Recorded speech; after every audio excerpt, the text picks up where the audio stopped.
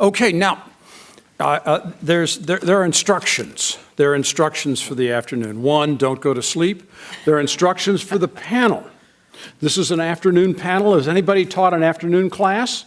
Good. Okay, you know how to do this. You have to be funny. If you're going to teach the afternoon class, you've got to be funny, pithy, or argumentative, or all of those things, or you'll lose the whole thing. My name is Chuck Kerchner. I write the On California blog at Education Week because I don't have a good sense about retirement. This is as good a swag as we have. You have a free On California bookmark, which you can have. I will talk relatively little. I hope the panel will talk relatively more. They get about 7 to 10 minutes or so to start off. If they go much longer than that, I will start to make, gestures and other things that will remind them that they should shut up. On the panel, we have some people that I know and have known for a long time. Milbrey McLaughlin, who I can't believe is Emeritus at Stanford because we knew each other when we were all very young. Very young. Andrea, Venezia, who is the Associate Director of the Institute for Higher Education Leadership and Policy. Elise Darwish, Chief Academic Officer of Aspire Public Schools. Shannan Brown from the California Teachers Association and from a third grade classroom. Third? Fourth, fifth. So you're going up, yes. Helio, Brasil, Superintendent of the Merced River School District. And, that's me. I'm the moderator. You forgot Joel. I forgot Joel. Yeah. Joel Knudson. I'm terrible. Yes. Deputy Project Director, California Collaborative on District Reform. And that's why when you're standing up here, you should always take your finger and run it down the list, leastwise you forget somebody. Welcome all. I think we'll go in this direction since it's easier for me. And Milbrey, if you'd like to. I forgot to tell you what we're going to talk about. Can the Common Core of State Standards actually transform teaching and learning? No small item there. Milbrey, would you like to begin? Sure. Well, if it's going to transform teaching and learning, it has to be implemented, right? And we heard a lot about that this morning. And John Fensterwald also talked a bit about the report that we just finished, hot off the presses. And we spent the winter and spring talking with folks around California about the Common Core and what they were doing. We talked with 21 districts and 10 county offices and 4 charter management organizations and 2 state organizations. Lots of folks around California, way up north in rural California, in the Bay Area, the Central Valley, the Inland Empire, Southern California. And before someone asked me if it was a scientific sample, no, it wasn't. But it really did represent the range of California in terms of economic diversity, location, demographics, and the kind of capacity issues that Dave Gordon talked about this morning. So we asked what folks were doing to implement Common Core, what challenges did they face, what resources did they find available or lacking. And I want to just say, kind of cover briefly what we learned, because you heard a lot about it this morning, and then turn to the implications that we draw based on these conversations with the field for local and state policy. As we heard this morning, and we heard again and again, the overall response is really very positive, almost lyrical in some instances, around teachers saying we finally can teach. We can finally do the things that we think are exciting and important, but we also heard right across the board, real anxiety of teachers talking about how these standards are liberating, but they're frightening. That, as again you heard this morning, moving from a compliance mentality of fill in the blank and be the sage on the stage, kind of moving to a whole nother form of teaching and learning. So we heard this from high achieving districts, and we heard it from districts where capacity was scarce. An early positive response we heard, you may be interested, is just the whole set of whole new relationships that across California people were experiencing, new conversations, new collaborations, new partnerships. Some folks said it was the first time they worked with their county office. In some parts of California, the business community is getting involved, community colleges are getting involved, so this is all very good news, I think, for Common Core. And no surprise either is the huge variability across the state, and I won't elaborate since we heard a lot this morning, but implementing Common Core in the Central Valley is not the same as implementing Common Core in Silicon Valley, for all the obvious reasons. We found lots of differences that you may find interesting that we didn't talk about this morning, different starting points. Some districts, like Long Beach and Elk Grove, have been at this for 3 years. They were out of the box as soon as, what was it, August? Nancy, we were August 2nd? Yeah, they were there on August 3rd. We encountered other districts that really hadn't started yet.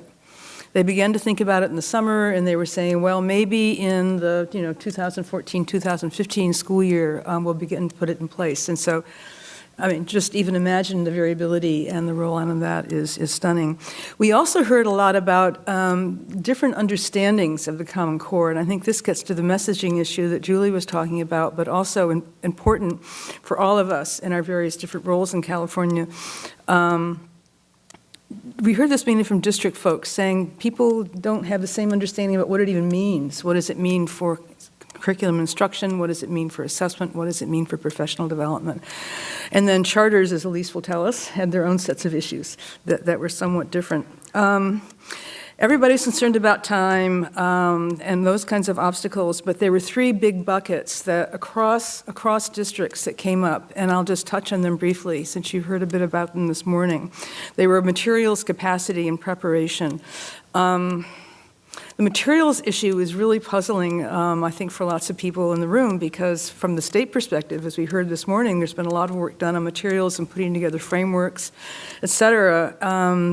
The field isn't quite there yet. The field really feels that materials are insufficient and they don't have enough information about them, or that there's just material overload. Was it 1,200 pages of the math framework? This is a little hard to get through if you're a central office administrator. So it was the kind of opacity and lack of vetting of some of the materials that were available that was an issue. But it was also accepting some of the most advanced districts, a lack of overall district vision, and this led to what someone called the unitization of Common Core, kind of a unit here and a unit there, but no idea about what it added up to. And I think this is an important role. Another complaint we heard loud and clear from everybody was this avalanche of materials. One superintendent said every 10 minutes he gets an email, "I'm from your physical ed department, I can help you with Common Core." I mean, all this stuff, and he said, we have no idea, is it any good? Who's it from? Where is it aligned? And just a real plea from the field to help with vetting this material, curating this material, help me understand what's any good, even with the state-adopted curated materials. And then a specific mention of lack of materials for special student populations, special needs students, English language learners, and struggling students. The second bin we heard a lot about across all districts were real concerns about implementation capacity, and here Dave Gordon had a lot to say about that. But what was stunning to us was this came from both teachers and from administrators, the real human capacity questions. Do administrators and teachers even have the capacity to do this? We know the goodwill is there, but is the capacity there in terms of what they know, what they're able to do? And these concerns, and Andrea, this implicates you, extended to pipeline issues that teacher preparation and teacher pre-service really didn't come behind to support teachers anyway. And I'd be interested in hearing what you have to say about this.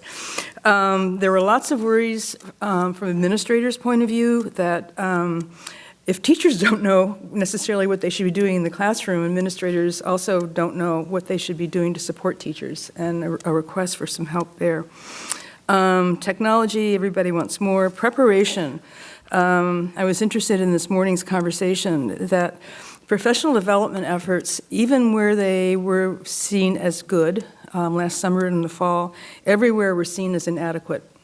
And I think we heard a lot about this morning, that it was one thing for wave one of professional development to talk about what Common Core is, what it would look like, what are the expectations. The next round of Common Core supports, teachers really asked for the hands-on coaching. Shannan will, I'm sure, pick this up. Kind of help me understand on a just-in-time basis what it is. We found some hot spots, middle schools, integration and alignment across elementary school feeder districts and high schools was missing in lots of areas. For example, adopting different math curricula. The high school folks said it's all going to hit us. It'll all end up in the high school. Mathematics, we heard about this morning, has been called the Achilles heel of Common Core for all the competency and content knowledge issues that we heard about. So what are some implications? This is drawing from what we heard from around the field. Kind of five emerged as important for us to think about and for the state and counties and districts to think about. One was the curation of or vetting of Common Core materials. What's good, what's not so good, what's aligned. The field was very frustrated with publishers as kind of, it's new, but it's not really so new. Kind of help us, the field says, get our hands and heads around what's really good and how we would know. The second kind of general area is quality professional development for everyone. And here, practitioners talked about the importance of including parents, school boards, I mean, not just administrators and teachers, that everyone needs to get their heads around that. And related to that is the issues that Julie just talked about, is the really urgent need for more and better communications with parents and the public. This is not a back burner issue. We just need to read about New York and Oklahoma and states like that, Indiana. I can only think that one reason why the data that Julie purported is moving in that direction is largely because the people who grab the microphone are on Fox News. I mean, the public isn't hearing from Common Core supporters or from educators about it and really need to. This was something that came up that was a surprise to me. In all the years I've done research on education reform and school district innovation, I've never really thought about the county offices of education. I mean, they just have not been on my screen. And they were huge. They were just huge in these discussions. There were some districts in California for whom that was it. I mean, if you're in Redding or if you're in Del Norte, that's all you have is that county office. So it seems to me if we're thinking about infrastructure and better support for this huge variation and variability in districts, we need to think about the Common Core. A fourth or a fifth area is teacher pre-service programs. Again, we heard across the state, we heard more complaints than we heard applause for teacher preparation and pre-service. There are some districts that work very closely with their local teacher preparation programs and see them as a real asset, and I would think Sacramento is one of them. But there are others that feel there's just a huge disconnect and that the higher ed, the teacher preparation programs just aren't paying attention.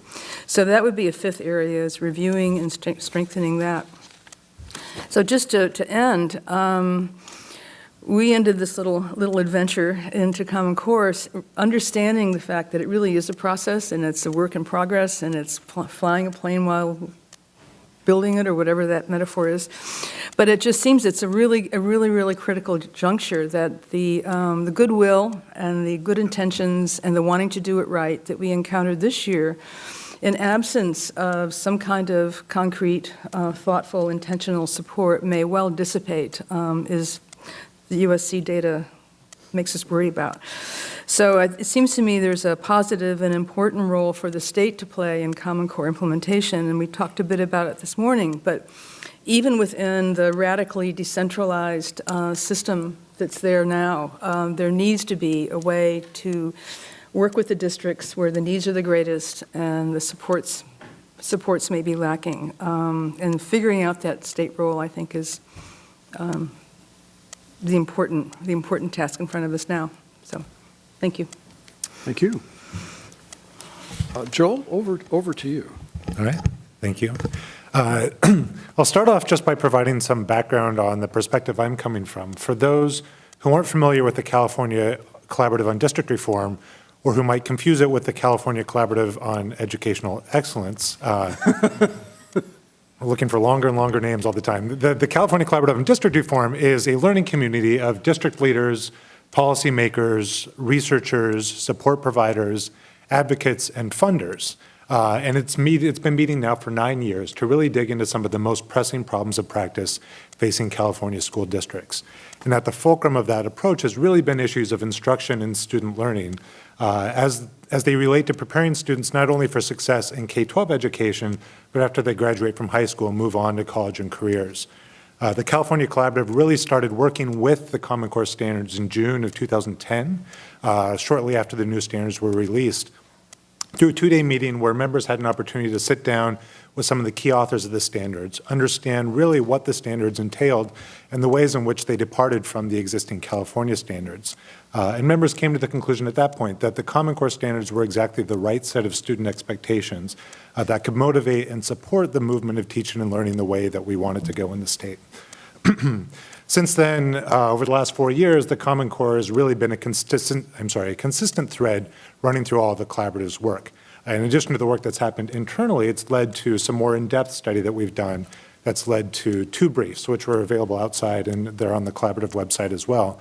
The first of them draws some parallels between what the state is trying to do around the Common Core and something that the state tried 20 years ago in trying to encourage deep levels of student understanding and critical thinking through something that some of you may remember, the CLASS, or the California Learning Assessment System, which was well-intentioned and went down in flames. So what the brief tries to do is draw some of those parallels, identify some of the things that worked really well, which many of us may not remember quite as well, and also point to some of the failures that we might really want to avoid repeating this time around.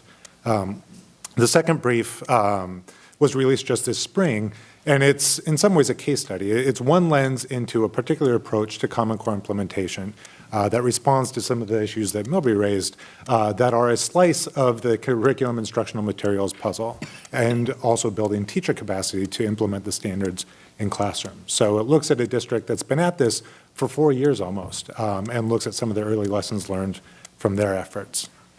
So with that background, I want to turn to the direct question that's really framing this piece of the afternoon, which is, can the Common Core transform teaching and learning? And I think the direct answer we've heard pretty consistently from our members is that, yes, the Common Core can be an instrumental tool to help support and motivate the kinds of instruction and student learning we want to see. But standards alone aren't going to do it, and standards aren't going to do it if there's not focused and sustained attention to capacity building. Some of the themes that have come out of our work really echo what we've heard from Milbrey and from a lot of the panelists through the day, so I don't want to repeat them, but I do want to highlight 3 major themes that really, I think, echo what we've heard already and are really consistent in the conversations and the work that the collaborative has done. Those are capacity, communication, and collaboration. First, capacity. The shifts for the Common Core are major, and they're not just major for classroom teachers, they're also major for principals and for coaches and for other administrators and for district leaders. So there really needs to be attention to giving the time, space, and support for adult learning to happen at all levels of the system. Another message that I think is critically important is that of communication. There needs to be an opportunity, a concerted strategic effort to let people know what the Common Core is, the changes that it introduces to the education system, and the motivation. Why is this a good thing for our students? I think, and that's a message that needs to go not only to the teachers and principals who are charged with implementing the standards, but to parents and community members and the business community and policymakers at the state and local level who are really going to provide the practical and political support that's going to sustain the Common Core.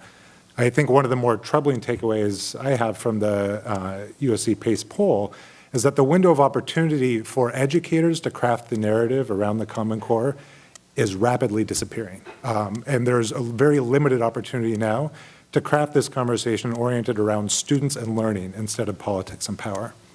The third key theme is collaboration. And I think here there's a tremendous opportunity. With change comes opportunity for great innovation, which is terrific. And we've seen some really exciting things happening in classrooms and in districts across the state There's a real opportunity for teachers to share with teachers, for schools to share with schools, for districts to share with districts some of their early successes and promising practices, as well as to share some of their early stumbles and failures, so that we can avoid repeating the same mistakes, so that we can avoid reinventing the wheel, and really accelerate the learning process across the state. I want to finish by trying to ground this specifically in the issue of capacity building. And some of my observations come here from the specific example of units of study that the collaborative brief about Sacramento City Unified describes, but I think it unearths some major themes that apply at all contexts to a wide variety of implementation experts. One lesson is the importance of seeing teachers as the solution.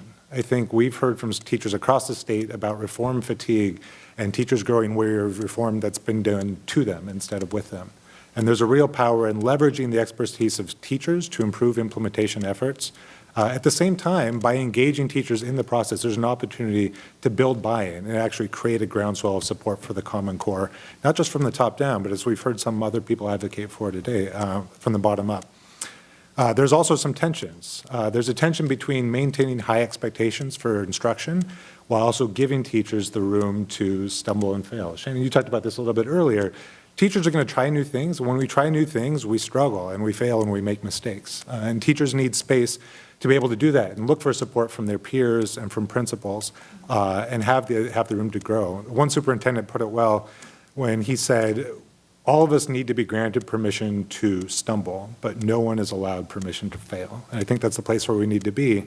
And to get to that place, it's going to require trust between teachers and their colleagues, between teachers and principals, between principals and people in the central office.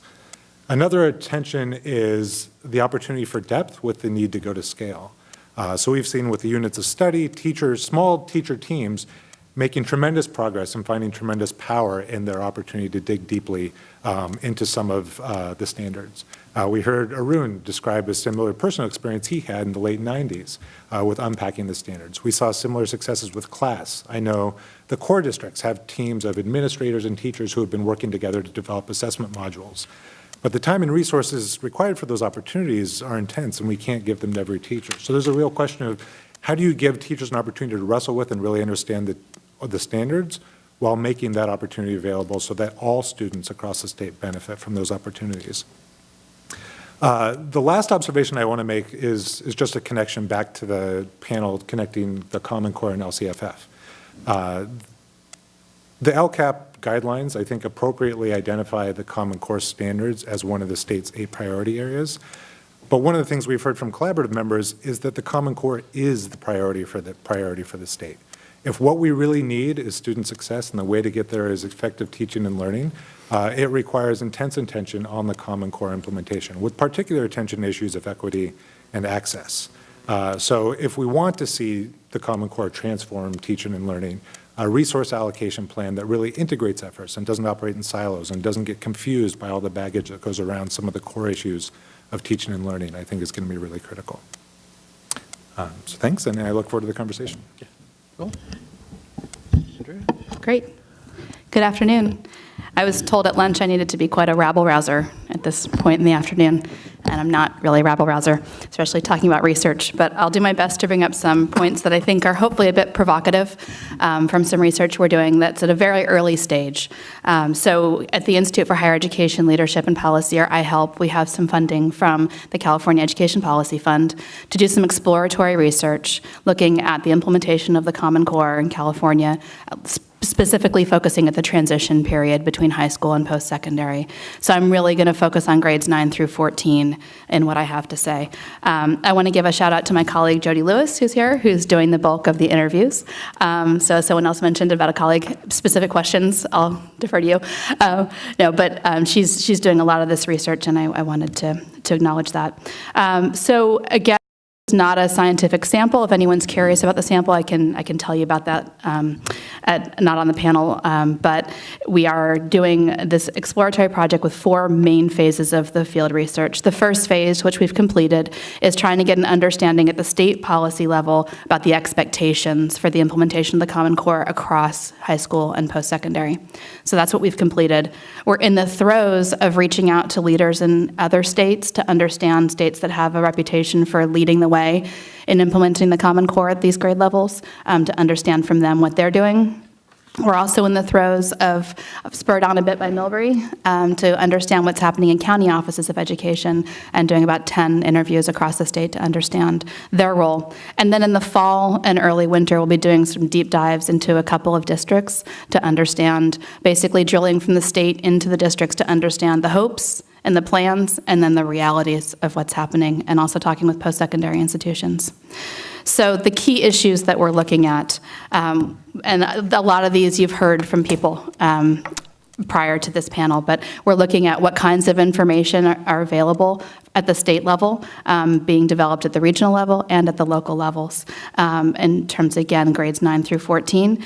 Are people sharing information? Do people have the capacity and sort of the bandwidth to be able to share information? Are there forums for that? Or are people pretty much contained within their own localities doing this work? Capacity issues are paramount. How do people know good implementation when they see it? What are some indications of good implementation and changes in the classroom? Someone earlier from the California Community Colleges mentioned a question about CTE. We're very curious about the role of CTE and linked learning and career pathways trust, and how does that fit in, or how are people envisioning that it could potentially fit into implementation of the Common Core? What are the connections there? We're interested in the formative assessments, the interim assessments that people have brought up, and I'll talk about that a bit more. We're very interested in the early assessment program. How many people are familiar with the early assessment program? Okay, pretty much everyone. So basically the program that the CSU and the community colleges use to understand if students are ready for college level work using the 11th grade assessment, and then the 12th grade opportunity to take additional coursework to become ready if students aren't ready. We're interested in roles of technology, readiness to use technology for learning and for engagement. We're very interested in relationships between post-secondary and high schools. We're interested in LCAPs and the role that LCAPs play with community colleges, though now I understand, or the Common Core, though now I understand we might need to change our protocol a bit, having listening to some of the conversations today. And we're very interested in teacher learning, in pre-service and in professional development. Sitting in the CSU, I hear a lot of concerns that the CSU has very little money to be able to change what they're doing, and I understand the great points that have been made earlier about how we're building the plane while we're flying it, and how we are learning from the people who are doing the work. But there's also, I know, a deep concern within the CSU to be able to offer changed curricula, and to not have any resources to do that, I know has been troubling for them. So we will end up with white papers and policy briefs in spring 2015. So I can offer some preliminary thoughts, but I don't have concrete findings at this stage. So this has been brought up. I'm going to go very quickly about the capacity. It's really clear that there's very little capacity at the state level to track what's going on, and with the implementation of the Common Core. And I don't know the intricacies involved, or whether it would be useful to have a repository of Common Core implementation plans or LCAPs, have them be anonymized in some way to remove stakes, if there can be vetting or curation of materials. But these are issues that came up a great deal at the state level about concerns. So we'll be exploring those with districts and schools in the fall. Now about the EAP, as we understand it, the current plans are for the 11th grade Smarter Balanced Assessment to be used for the early assessment program. And so in effect then, every 11th grader would be in the EAP. And that's a huge capacity shift. And I think it's an amazing opportunity to rethink the 12th grade. So maybe this is the provocative piece, to blow it up. And hopefully even the earlier grades, and think about how to connect the earlier grades to a different set of learning opportunities in the 12th grade. But the 12th grade is a bit of a pressure point in our system because of how we've developed the EAP and our policy environment. So providing good transitional courses is, I think, a key issue if the Common Core stays the course, to meet up with potential demand. And along with that, the changes in teacher learning that will need to happen. And I think, it's always been a problem with the EAP happening in 11th grade and then having to create the courses that are needed in the 12th grade for students. And if every student is now in the EAP, to have to make that shift, if there's a huge demand for the next year, seems very problematic for schools. I know that the Smarter Balanced Consortium is talking about some kind of certification for transition courses. Some other states are creating transition courses at the state level. here we've got A to G, linked learning, career pathways trust, dual or concurrent enrollment, capstone transition courses that are developed locally, advanced placement, international baccalaureate. We've got competency badges. We've got a host of opportunities.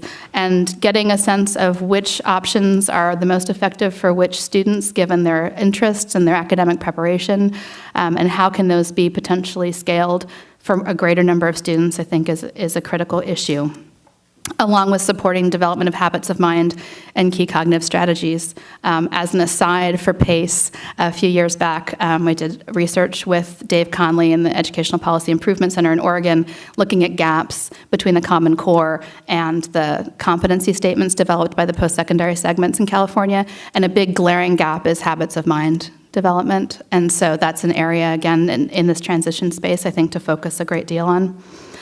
I think it would be interesting to think about, I think the point was very well taken about, is the assessment any good, the 11th grade? So the predictive validity issue, knowing if it predicts whether students will succeed or be ready for college-level courses is huge, and something that a lot of people are looking at over the next few years. The potential, though, of looking at whether the 8th grade assessment could be useful in addition to the 11th grade assessment to understand if students are going to be ready to succeed in whatever they choose to do after high school in a diagnostic and supportive way, I think is something to explore.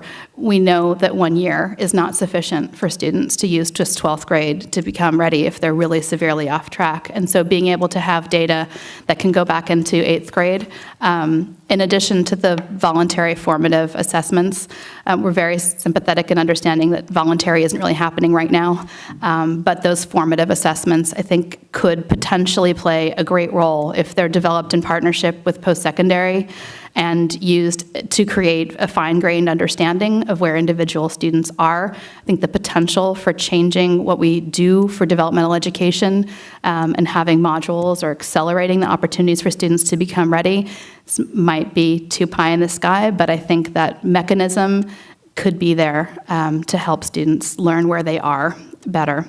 I'll end with a bit about teacher learning. So in terms of what we've heard about concerns in the transition space, faculty to faculty within segments, more room for faculty to faculty conversations, more room for cross-segment faculty conversations across K-12 and post-secondary, outreach into ed schools and to disciplinary faculty, and support around teachers and students, again, using technology in the classroom for academic purposes, but also around engagement and deeper learning. I guess the last thing I'll truly end with is if anyone is here from a district and would like to participate in our research in the fall, please corner me and let me know. We're all about figuring out ways to give back and help you out too. So I'd love to know if anyone is interested. It'll be a very small group of districts, but we're in the process of doing that. Thanks. So the short answer is yes. It should change instruction. So to give you our context, so Aspire Public Schools, we have 35 schools in California and underserved neighbor areas, Oakland, Central Valley, LA. So one of the challenges that we referred to is charters can close or be closed by their districts if they do not do well on the state test, if they don't hit a certain level. So we didn't really have the luxury of switching to Common Core until this year when the state said, oh no, we're not going to give CSTs this year. So we are one of those district CMOs that are brand new, really. We've been thinking about it. We've done a lot of work around rigor and what rigor looks like in the classroom as it aligns to having our students college ready. But we really could not ignore the CSTs until the legislature said, we're not going to measure you on those because our schools could have been closed. So as soon as that happened, we went a little nuts. I would say it was the throw the spaghetti against the wall for Common Core PD. So we told schools to pick one subject to focus on in Common Core because it was a little overwhelming in November to say, okay, now learn everything you can about Common Core. We've done 2 full days of PD in 3 full days in each region. We have Common Core coaches that work in all the schools. We picked Common Core drivers, so each school had an evangelist who could really learn Common Core in the shifts and then go back to the school and do PD there. And then the principal said, I don't want the Common Core drivers to know more than I do. So then we did 6 days of principal PD, and then we did area superintendent. So we just did a lot of professional development around the Common Core, particularly the shifts. So that's kind of where we got to this year. The reason why I think it will change is we just had a 3-day leadership retreat, and that's when all of our lead teachers, which is a lead team from each school, our principals, our coaches, our area superintendents, we all get together. And one of the things that we realized is we had a great definition for what rigor was, which was students using evidence to support their opinions or their facts in writing and in verbally. But we didn't have a great Common Core vision, what it was going to look like in the classroom. We just had our rigor definition. So we experimented, and we did a crowdsourcing. So we let everybody pick 5 words in the room. There's 318 people. And we did it in kind of an online survey type thing. And we said, pick 5 words, and then tell us what it will look like when the Common Core is implemented in the classrooms. And the 4 most popular words were discourse, students, rigor, and collaboration. And so when I think of those 4 words, that's what came up, I think there's real hope around this really changing teaching and learning. So we also did a pre-mortem. And so we said, okay, so now you have this in your mind what it's going to look like. What could go wrong? What are all the things, because we know things will go wrong. So what are all the things we could do? And let's talk about them now before they go wrong. And the things that came back is we'll try and do it all in 1 year. So we've done a few things around that. The data won't be good and we'll give up. So one of the things around these formative assessments and this freedom to fail is we've got people who obsess about data in our organization. And so the worry is, as soon as we start giving these formative assessments, we start getting back, it's going to be bad and people are going to give up. So that was really interesting. And then the one we've touched on in our organization but not done enough is we haven't prepared our kids socially, emotionally for the resiliency they need, for the real depth where they're going to have to do the work. The big thing we keep on saying is we want the kids to go home exhausted, not the teachers. We want them to be doing all the thinking and you not. So, but it's a shift, but that's going to be really hard for our students, and are we giving them the tools? So I think those are the things that why potentially it may not change teaching and learning, aside from the assessment. And then, by the way, almost none of this is in our LCAP. So if you are judging us by our LCAP, it does not look like we're doing a whole lot. Just as an aside, and if you want a fiery afternoon conversation, we can talk about LCAP. Thank you. Well, I'm going to give you a very different perspective. And I want to start off by first saying that I do believe this can be very successful. I happen to still have a firm belief that public education in this country is good and will be well. I'm a product of that. I came to the United States at the age of 9, did not speak a word of English, and I stand before you today to tell you what I do in my tiny little district of where on July 1st I'll be starting my 14th year as superintendent, principal, bus driver, vice principal, cook, and teacher. It can be done, and it must be done. And the focus needs to be because we are here to serve kids and to hopefully serve ourselves in the end, because they will in turn allow us to retire and live a better life than we have. I think what I have found as superintendent in my staff of 10 teachers was first sheer panic, because it was new, it was different. I had walked their classrooms. I had done walkthroughs and evaluations and said, where are the standards? What are you teaching today?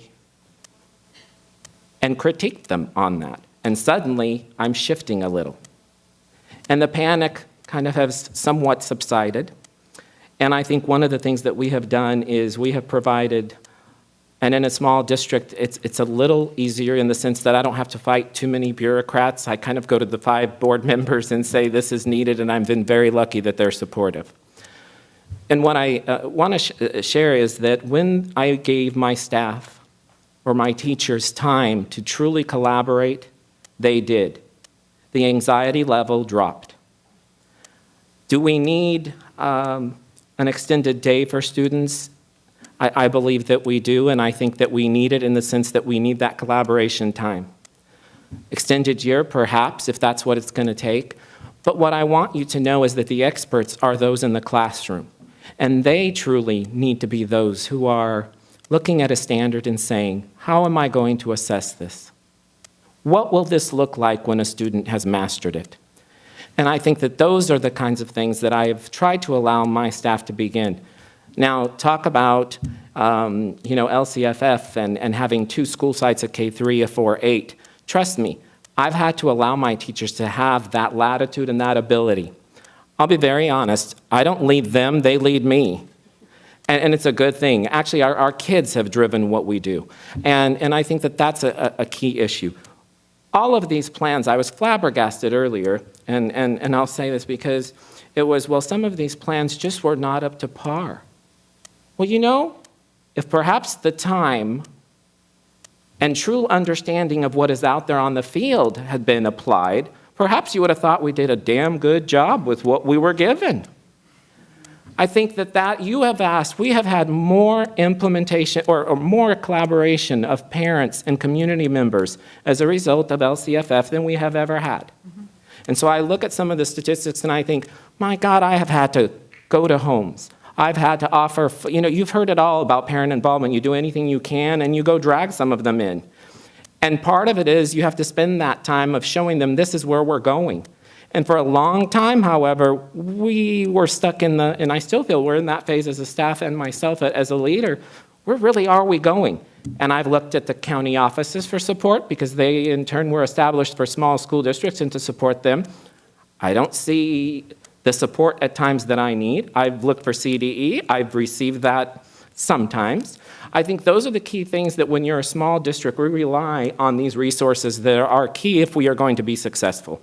So I think aside from all of the other things that I certainly agree with what everyone has said in the building of capacity, continued need for funding, it's kind of like we weren't worried about the technology because we tended to have and our board had believed in providing technology. But providing the technology, if it's not being used for instruction, and if kids have a computer in front of them but they don't know how to respond to something that's on the screen, then that's an issue. So I think it's a little more than that. I think truly the investment needs to be in people and in classrooms and in our teachers. So I'll leave you with that. Thank you. Thank you. Ditto. Oh, sorry. Levity, right? Trying to wake you up. So I might ruffle a few feathers this afternoon, which I think is okay. Because the answer is, I agree with what Joel said. No, not by themselves. The standards represent a promise of what could be. And a lot of the excitement that you hear from teachers that was shared in the first panel this morning is twofold. One, oh my God, we're being treated like professionals. We get to sit down and develop curriculum. We get to meet the needs of the students in front of us. And if you don't believe that I have had to fight like a lot to meet the needs of my students, then you don't know what's going on and what has gone on in education in this state. Teaching in a failing school, I was given pacing guides and scripted curriculum, and it wasn't meeting the needs of my students. So part of the excitement of Common Core that you hear about when you talk to teachers is because we get to working with our students and our colleagues to figure out what's the best way to roll forward. So the transformative piece is actually about bringing the professionalism back into teaching and learning. That is an essential component, and you can, read between the lines about what happens if, when the data comes in, there is a strong reaction, because we heard from earlier speakers that we already know that the first SBAC results aren't going to be good. We've already seen it around the country. If the response is reactionary and is to actually pull away the autonomy of teachers and school sites and districts to work together to meet the needs of students, then the excitement around Common Core is going to quickly dissipate, and we are going to be right back where we were with NCLB. There's another thing that I don't think that's been addressed around transforming of teaching and learning. It's fascinating to me as a teacher how everybody can articulate what we envision in a Common Core classroom. We want kids to be able to debate based on evidence. They should be able to critically think and problem solve. Okay? In a nutshell, I know there's a lot more to it than that. What kind of an environment are the teachers going to be working in? Are we talking about changing how teachers and principals and district office personnel interact? Because I hate to break it to you, but if you think we can change just this piece of what's going on in our education systems, and the system's not going to snap us back, I would love to talk to you further. There's another one. I'm going to bring this down to one of my passions, which is assessment. I think that what makes me an excellent teacher is that I deeply understand assessment, and not just summative assessment. So for those of you that already know this, pardon the quick tutorial. There are two types of assessment. Summative, which is what you give to determine how much learning occurred, and formative, which is to inform your instruction and to inform students of how they're progressing towards whatever your objective is. Assessment has been removed from the professional realm of teachers. I even heard earlier that there are districts and teachers clamoring for the formative assessments to be given to them by Smarter Balance. I would argue to you that if we are actually transforming instruction, then we need to bring formative assessment back into the realm of the professionals. Because if someone else is designing a formative assessment for me, it may or may not give me any valuable information about the students I serve. And from my personal experience, it often doesn't give me the information that I need to change my instruction to support their learning. So the assessment component I am very concerned about, and this would be to the institutions of higher ed. We have got to stop teaching these things and talking about assessment and instruction as separate entities because they are cyclical. And we know that, but for some reason when we talk about things and when we do things in education, we continue to separate them. One I mentioned earlier, so pardon me for the redundancy, but the instructional supports and the direct services to students. You can have a stellar teacher in the classroom, and if you have a kid who is not getting their medical needs taken care of or their social emotional needs taken care of, then it doesn't matter how dynamic it is, you have barriers to learning. So how do we support teachers and students in addressing those barriers is going to be by having more direct supports to students to be able to remove those barriers. And I already addressed kind of my last point, which is what we do with the accountability measures when they come in. If we allow only one indicator, Smarter Balance, again, we still need to find out how good of an assessment it's going to be, but if that is the only thing that we say tells the truth about education, the writing's on the wall. Look what happened with our last state assessments. People took copies of those assessment types and replicated them and ran them throughout all of their curriculum. So we didn't even have varied assessments anymore. We cannot allow one indicator to be the truth because it's not the truth. It's a piece of information that we have a responsibility to pay attention to if it's of quality, but there are more complex things that we also need to pay attention to. But if we allow that tail to wag the dog of everything else we're doing, then all of this goodwill and all of this excitement will be in a similar room like this in probably 10 to 20 having another conversation about the next set of standards that this time is going to transform teaching and learning. Thank you. Let's give the panel a hand, and we'll have some questions.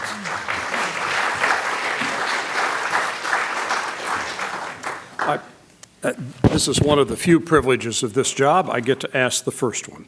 While you're cogitating, we do have microphones down here, and you can rise, come to one of the microphones if you'd like to ask a question, because if you don't, I will. First question. Almost all of you talked in terms or used the word time. We don't have enough of it. It isn't organized right. We couldn't begin because there was something that kept us from doing it. I want you to get specific and talk to me about how a teacher's day and teacher's year should change or needs to change in order to be successful in the Common Core. Because teachers do not have infinite amounts of time. So talk to, because this is real stuff. It has to become part of a calendar. It has to become part of a negotiated agreement. It has to become sort of the teacher's psychology about the nature of their work and the nature of their vocation.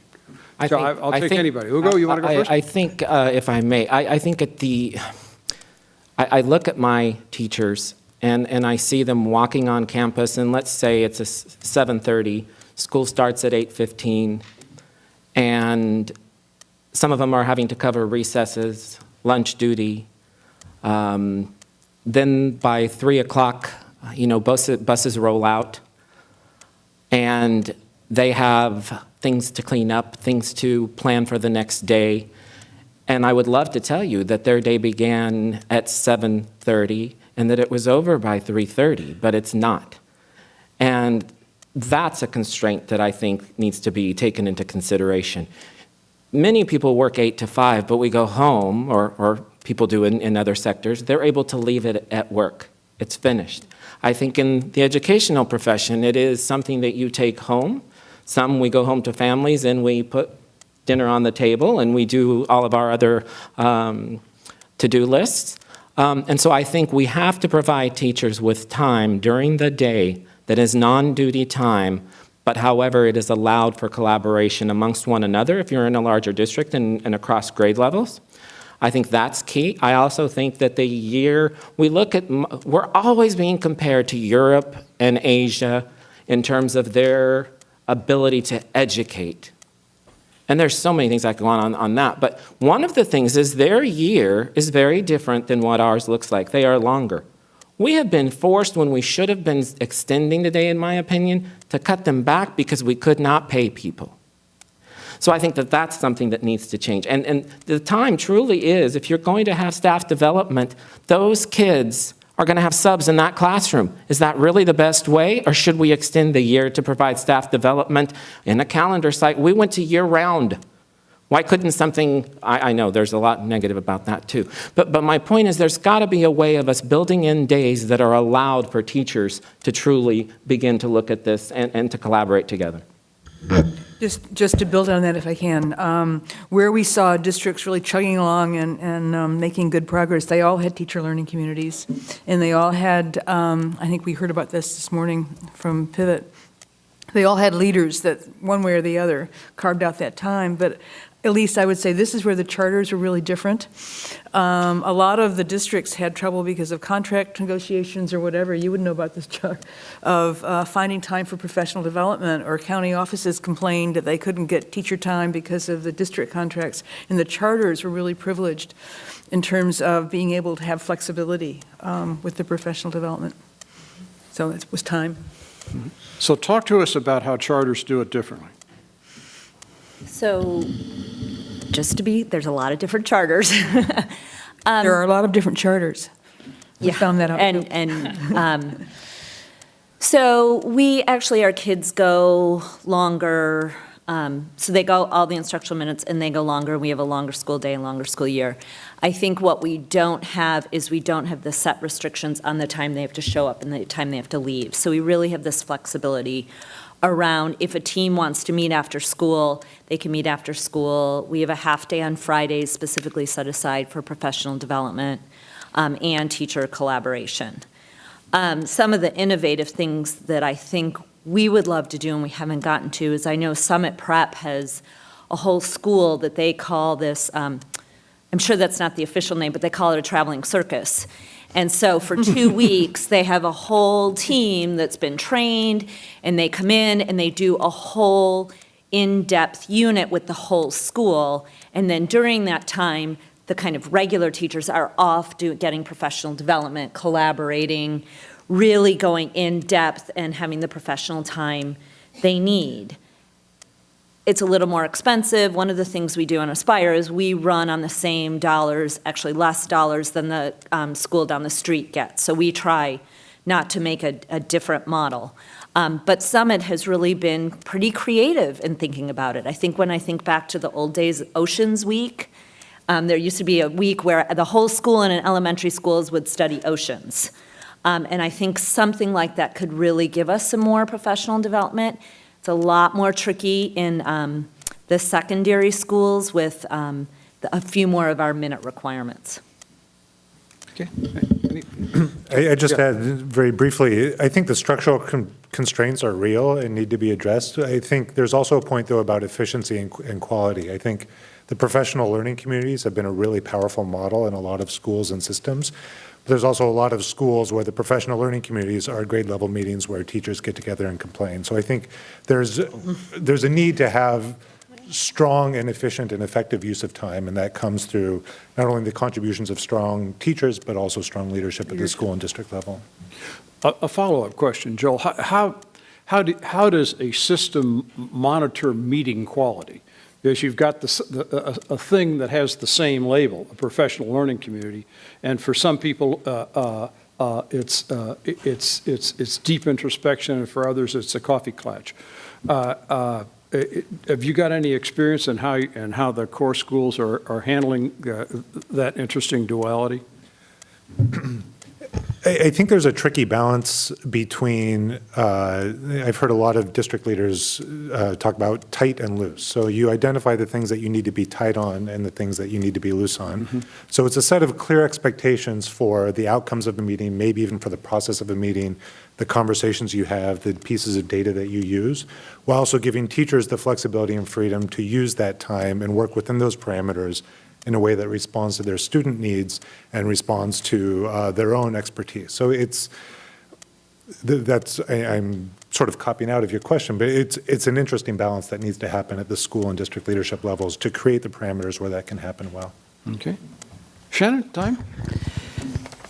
So I'm going to respond to that and then go back to the initial one, that it's a really interesting idea of how do you get the adults to do what you want, because I think that's a similar question that we ask students, and it's really through engagement instead of compliance.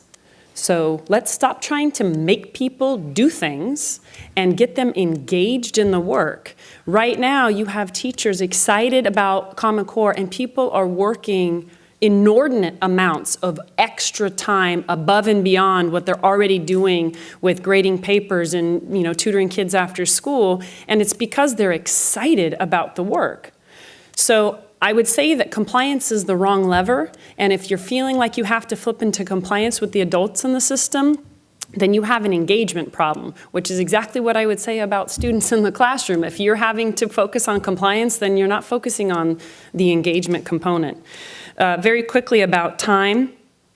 I think that if you look, I appreciate you bringing up what other countries are doing, because we are often compared in our results to other countries, but then we don't look at what they're doing. And a lot of other countries, the professionals have a lot less time in front of students, but it's still part of their professional day. I know in our district, when we did a survey about what people would like to do, we're working on designing career dimensions and opportunities for people besides being in the classroom, but instead of administration.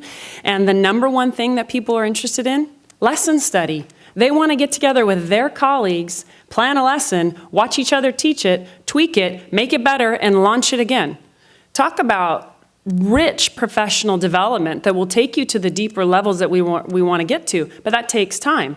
So we have to figure out, and it's not going to be cheap, because quite frankly, if you want it to be of high quality, you can't do it on the cheap. So how do we build in more time for the professionals to actually make deep meaning instead of just slipping into compliance? Sir, you have a microphone. Introduce yourself. A question. Tell us your name if you would, John please. McConnell, community member, Sacramento County. Two questions, actually. First one, there's eventually going to be a test, assessment, that sort of thing. I think there's been a practice test so far, or no? Field test. Field test, okay.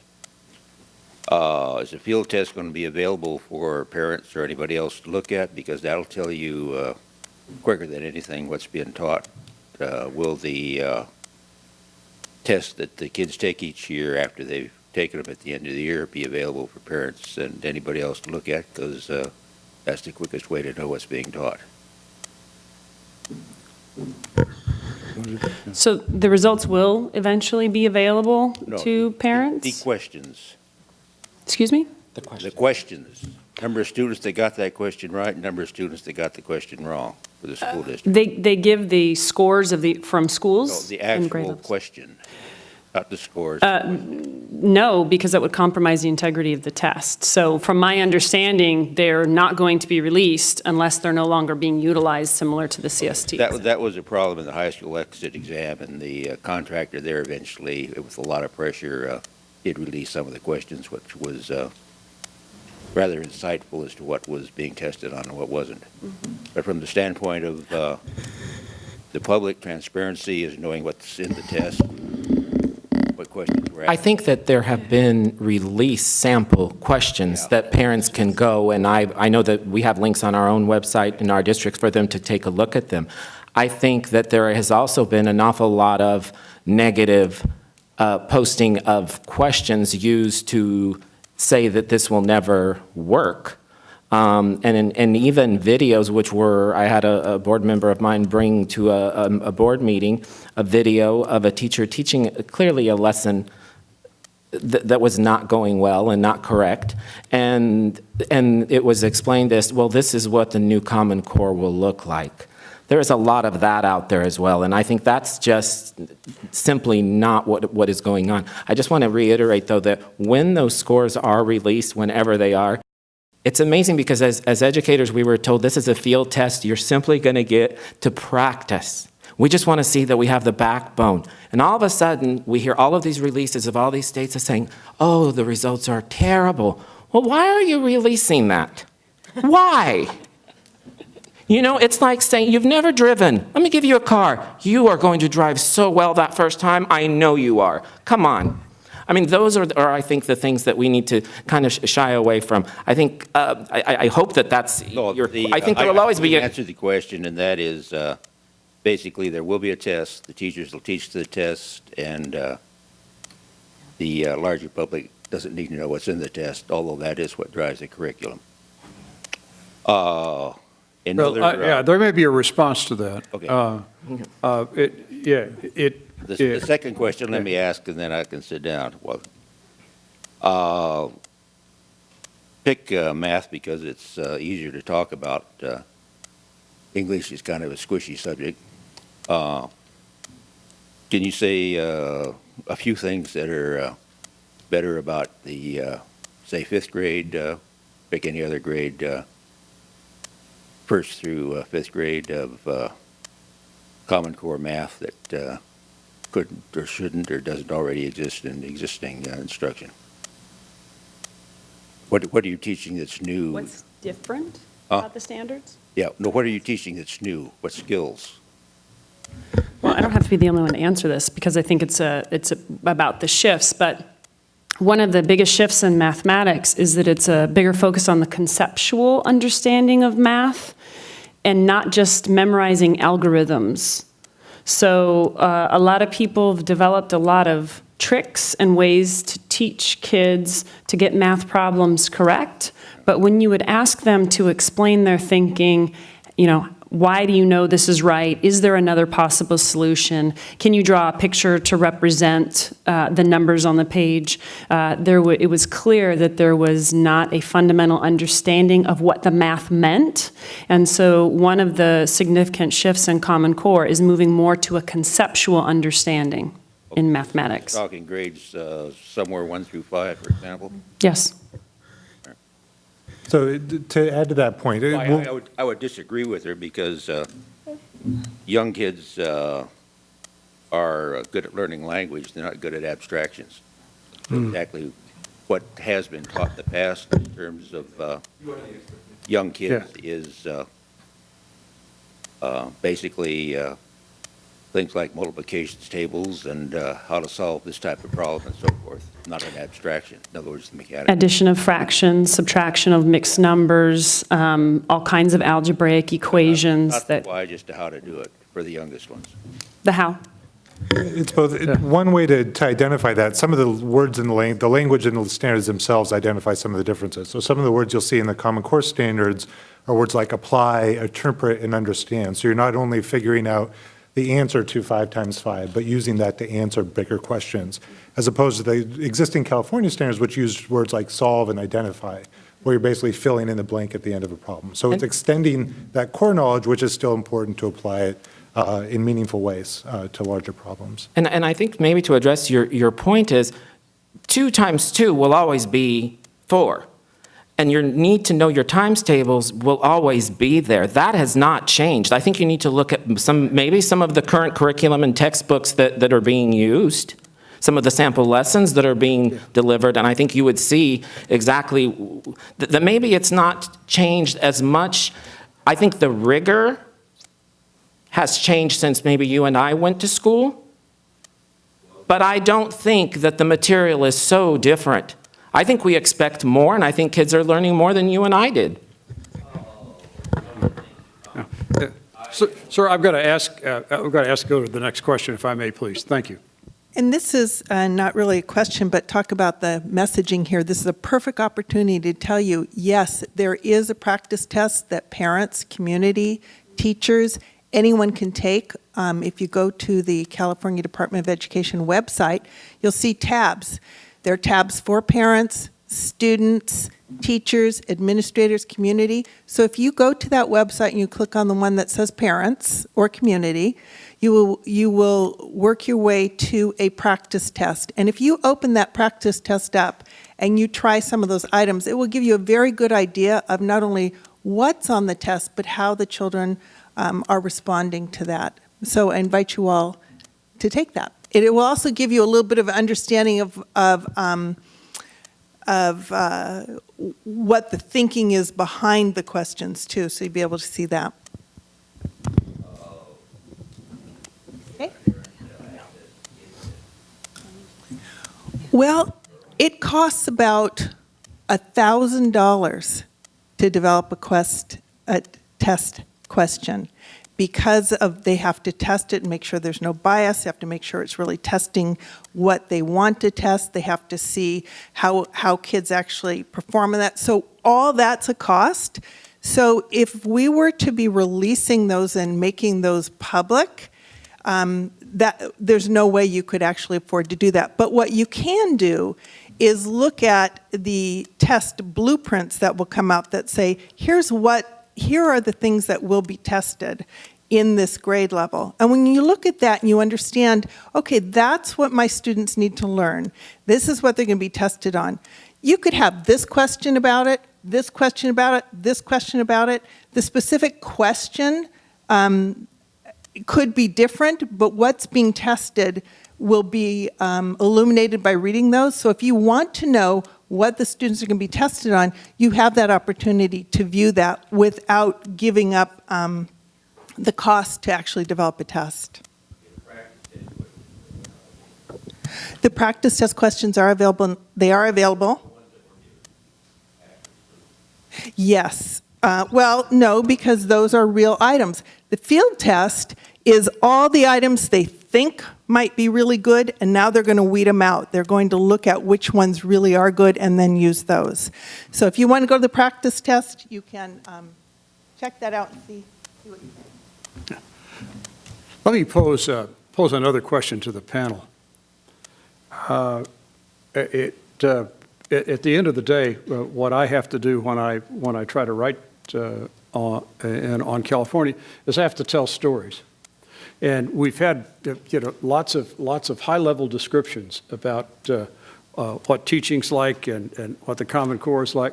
I'd like to end the day with your very, very best story about how either a child or a teacher has changed the way their school day looks as a function of moving into the Common Core.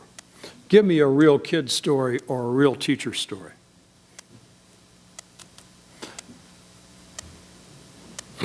The way their day looks? Nah, just give me a story about a teacher who's excited about this and what they've done that's different, or the last time you saw a child that was doing something that was really different. I'll give him a think time. I have a fifth grade teacher. You got a fifth grade teacher. LAUSD, who during the course of the spring had been working on some literacy expectations. And she also has 2 young children, so it's been sort of a crazy year. And she was beginning to work with her fifth graders about how are we going to prepare for open house. And she said, you know, the room, we got a lot of stuff in the room and it's really kind of a mess. And what do you think we should decide? I'm thinking they would happen to be reading Phantom Tollbooth, and she said maybe, and they had all these student-generated work and student-generated tasks that they had designed in relationship to the book. And she said, maybe we should take that down. No! Why would we want to take that down? That really shows the work that we've done. They galvanize themselves into having this great argument with the teacher because they've been working on argumentation all year long.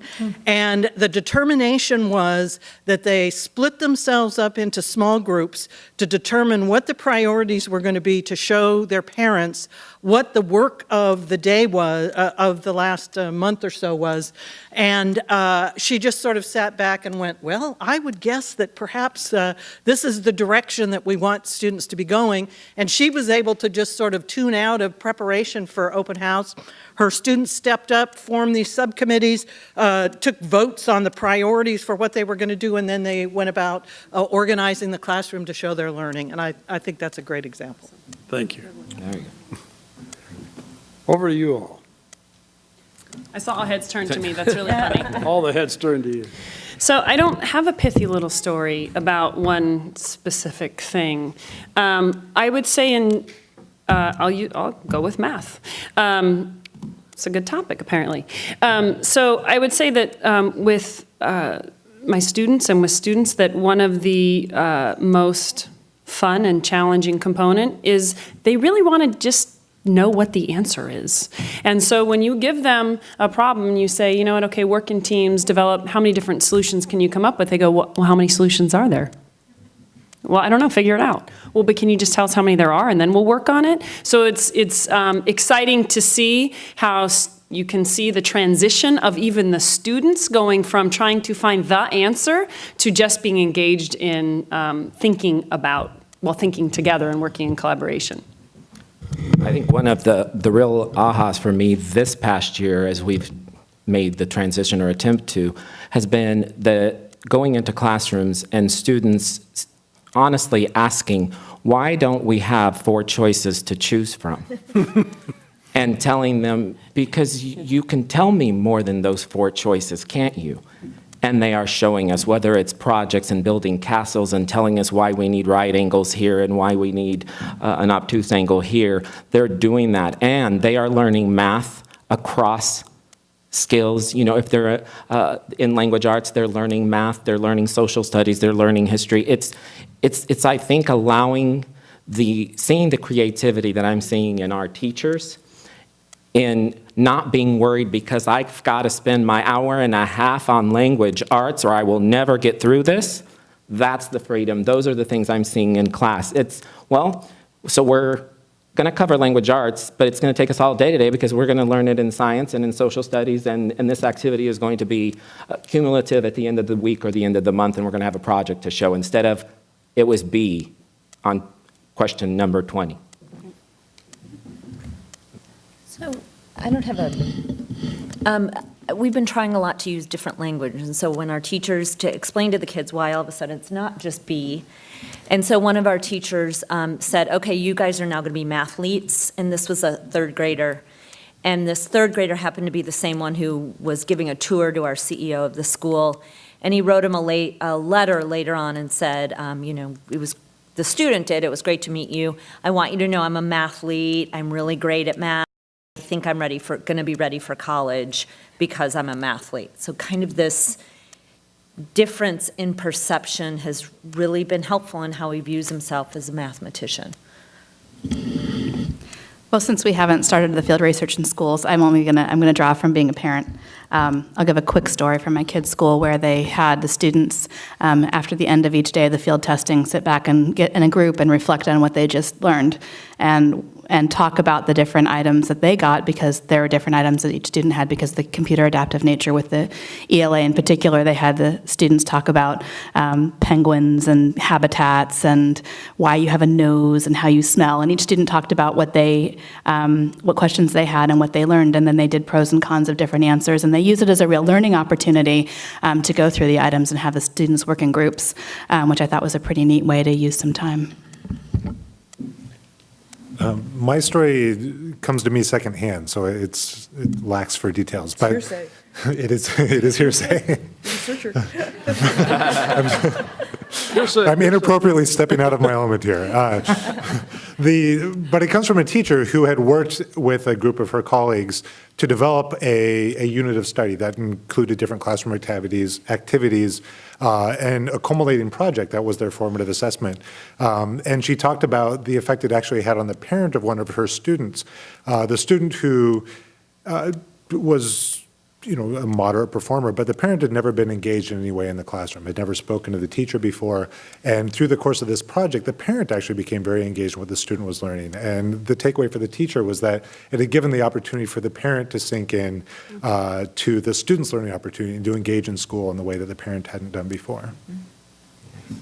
My example comes from a population of vulnerable students and academically struggling students in continuation high schools and alternative education, and the teachers who teach them. And moving to a Common Core form of instruction has engaged them in a deeper way than they've ever been engaged before, and this is a population I care a lot about. So I've just been stunned to listen to the conversations about evidence and for them to be able to move away from a standardized test and think about alternative explanations or about problem solving and, is just engage them with school and with their own learning and their role as students in ways I haven't seen in these schools before. Hey, I want to close. Any more questions?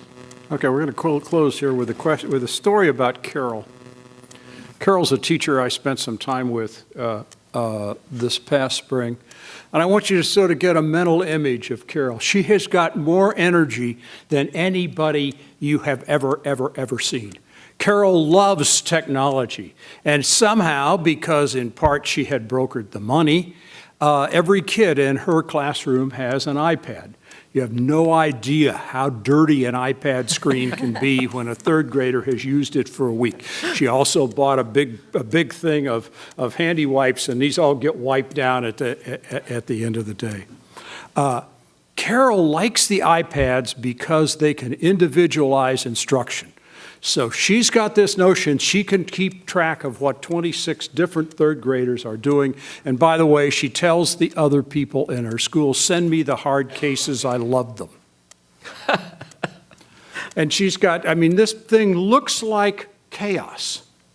It is very organized chaos because Carol knows what's going on with each one of these kids. Mm-hmm. She knows how they can read, when they can read. When they get to a certain reading level, they get a blue T-shirt. And so she's got blue T-shirt kids around. She's got kids doing science experiments. Now, the last thing I want to tell you about, I want you to guess. How old do you think Carol is? 57. 57. 57. Carol is 74. Wow. A youngster. Yeah. So the next time somebody comes and tells you we need to fire the old teachers so we can hire bright young ones, think about Carol. David, do I have other duties? No, you have no other duties either. They have to listen to you. No, you're not done. Yes. Thank you, panel. Good job.